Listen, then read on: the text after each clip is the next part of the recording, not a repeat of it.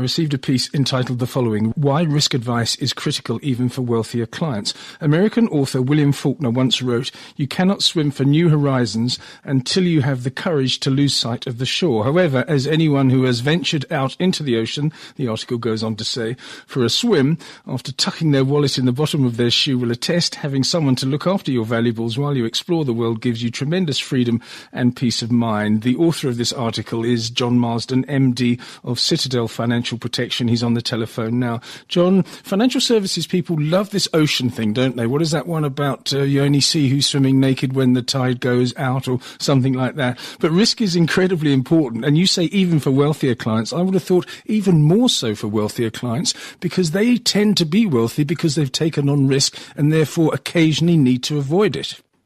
Yes, Lindsay, that is the case. When considering how wealthy people accumulate their wealth, it's just as important to look at how they preserve it when other circumstances might ensue. And often there are a number of issues that could manifest. One clearly that comes to mind is liquidity. Wealthy people are invested, generally speaking, in instruments and mechanisms, whether it be shares or investments of some sort, that may be liquid in certain circumstances, but if the markets are weak and there is a tragedy that requires, capital input, immediately to settle a debt or to, meet certain commitments, yes, then the use of an insurance policy is one of the most efficient ways to do that in those times of crisis. So one doesn't want to be in a situation where one is trying to withdraw from an investment at a time, let's take for argument's sake in 2008, to withdraw from an investment because there's a tragedy in the family. A simple life insurance policy for a wealthy person is incredibly affordable, and as long as it's in place, obviously, whilst they've been healthy. So it marries very well in terms of that type of capital preservation. So my view always is, why do you want to be in a predicament in death or disability where you have to draw on hard-earned assets at a time when they're perhaps compromised or not liquid if it's a property, when an insurance policy that's been running effectively would easily cater for that liquidity requirement immediately. And that's one of the significant advantages of insurance for wealthy people. Okay, so risk advice immediately comes down to insurance, but there are so many different types of insurance, John. And when I see your title as Managing Director of Citadel Financial Protection, the first thing I think of is financial market financial protection. But you're talking about basic protection as well for high net worth individuals or even people that are of modest means. So you're talking about insurance policies, and probably that goes up to protecting their portfolio as well. Am I correct? Yes, that's right. There's not that much insurance when one looks at protecting against downside of investment returns, unless you're hedging, of course, which is not in a way as an insurance policy against unforeseen issues. But what I'm more referring to, and what my focus is in this regard with Citadel, is looking at those circumstances which can adversely affect one's financial situation in unpredictable, unforeseen events, whether that be, death or disability, or indeed whether that's other types of insurance for commercial insurance. And, we at Citadel Financial Protection don't actually do short-term, but we have a very strong link that we refer short-term insurance, whether that's for business, for commercial lines, etc. Other kinds of insurance on professional indemnity, covering for the risk of advice for our clients.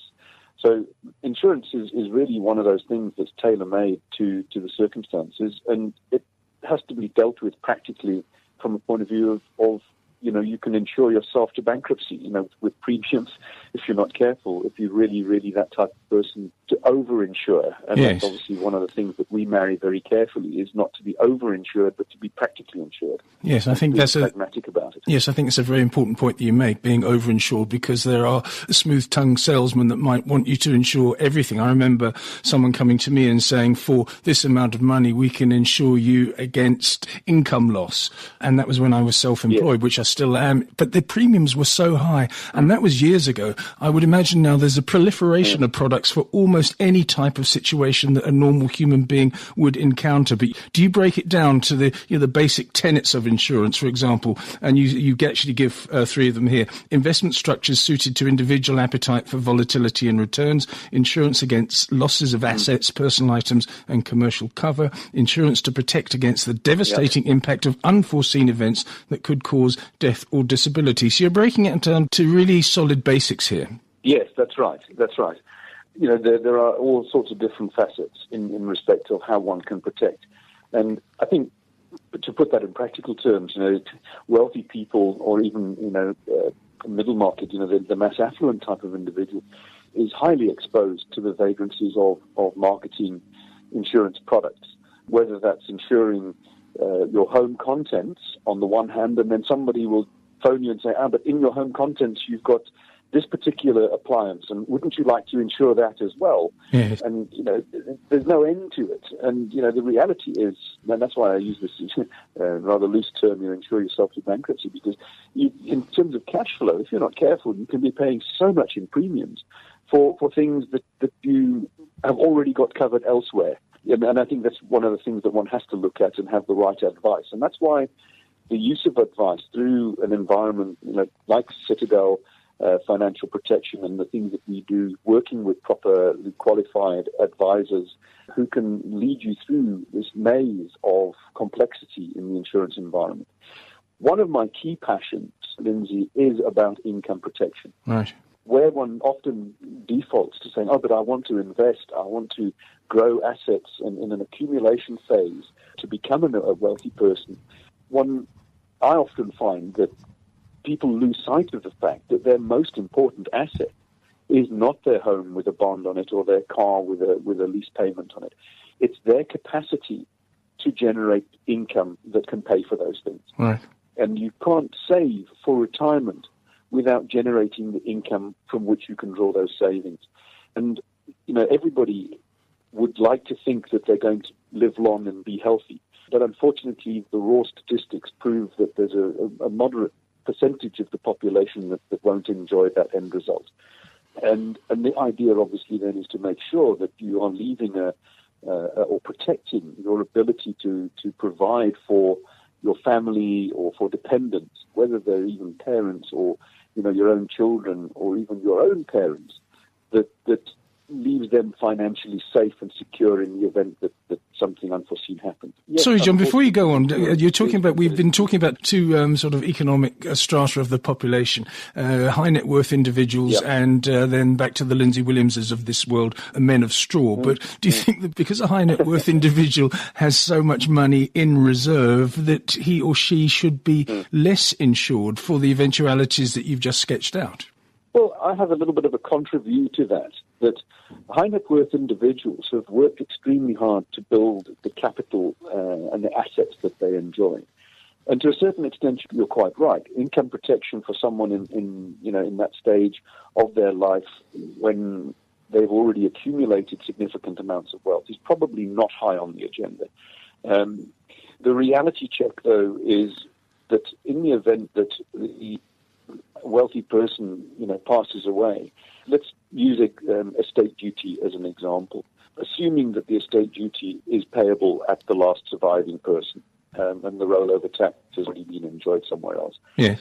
Would that individual who has worked so hard to build that capital just simply want to take a huge slice of that asset base and pay it across to the fiscus when, the family and the legacy is then deteriorated by a significant number, when the continuation of a simple life insurance policy would have taken care of that in the estate to keep that level of liquidity and the level of wealth in the estate.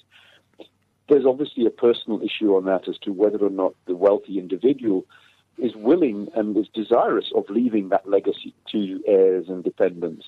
Some people don't, and it's not important to them. But it is something that is crucial in understanding where your financial circumstances sit. And in that road to accumulating that wealth, at whatever point, unfortunately, things can and sometimes do interfere with the ideal outcome of, as I say, a long and healthy life. And on that journey, a lot of high net worth individuals, entrepreneurs, take significant risk in the development of that wealth. So what happens at that point when they've invested a huge amount of money? It is at risk.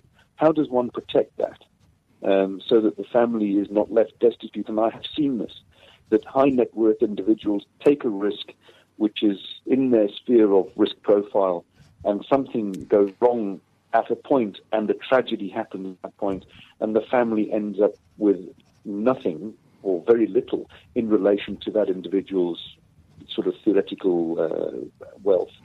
And that's easily protected with the life insurance policy. There's so many things that you've brought up here, and I know that financial engineering and derivatives of traditional products are very, very popular at the moment. Let's say someone comes down and sits down with you and says, well, this is how much I earn, and this is how much I expect to earn for the next 15 years or 20 years. This is my age, this is my health, and he gives you something that he's just got from his doctor. He happens to own 7 vintage motor cars. He happens to have a house on the coast, etc. What I'm saying is that there are so many different facets of his life or her life that need to be insured. Are there bespoke products? And you'll sit down and say, well, this is complicated, but we can put this particular, almost like a derivatives product, a structured product together for you. Or do you have to go to different companies to do different things with different layers of costs? One can do that. And obviously here I'm talking about the insurance side of the business. That's why our business here at Citadel is financial protection. It's protecting wealth,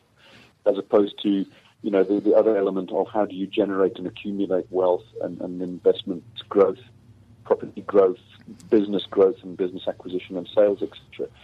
So yes, there are many different facets of insurance, of protection. And again, it's a bit like doing a risk analysis for somebody's propensity to accept risk in their investment arena. Do they want to have highly volatile, investments with the potential for high returns?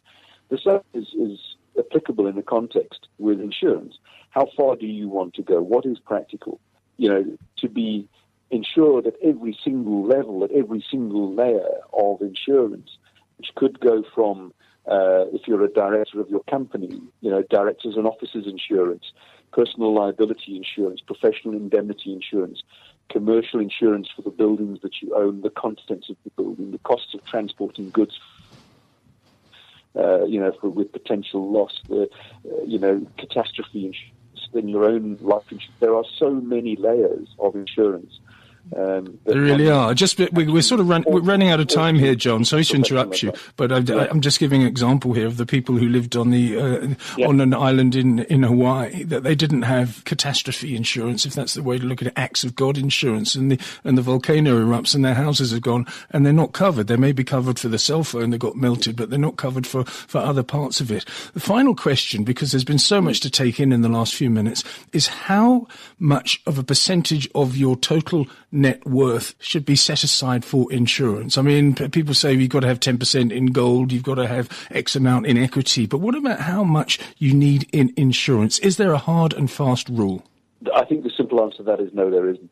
This is so individual in terms of individual sentiment towards insurance on the one hand, marrying the amount of liquidity in a high net, how much capital is available in certain circumstances. Is that individual willing to utilize that hard-earned capital to provide in that circumstance ongoing, or would they prefer to preserve that capital and use an insurance-type policy to offset any capital loss or use that might occur in the event of a disaster of some form that affects the individuals themselves, death, disability, critical illness? So no, there's no hard and fast percentage. The reality is what's affordable, what's practical, and is that agreed and understood between the individual and their advisor. Quite right. And what you've said again over the last few minutes brings up so many different topics and so many complications and so many individual needs versus just a generic homogenous need, that the message is, when it comes to risk advice and insurance advice, you have to go to a professional advisor. John Marsden, thank you very much for your time this evening. John is the MD of Citadel Financial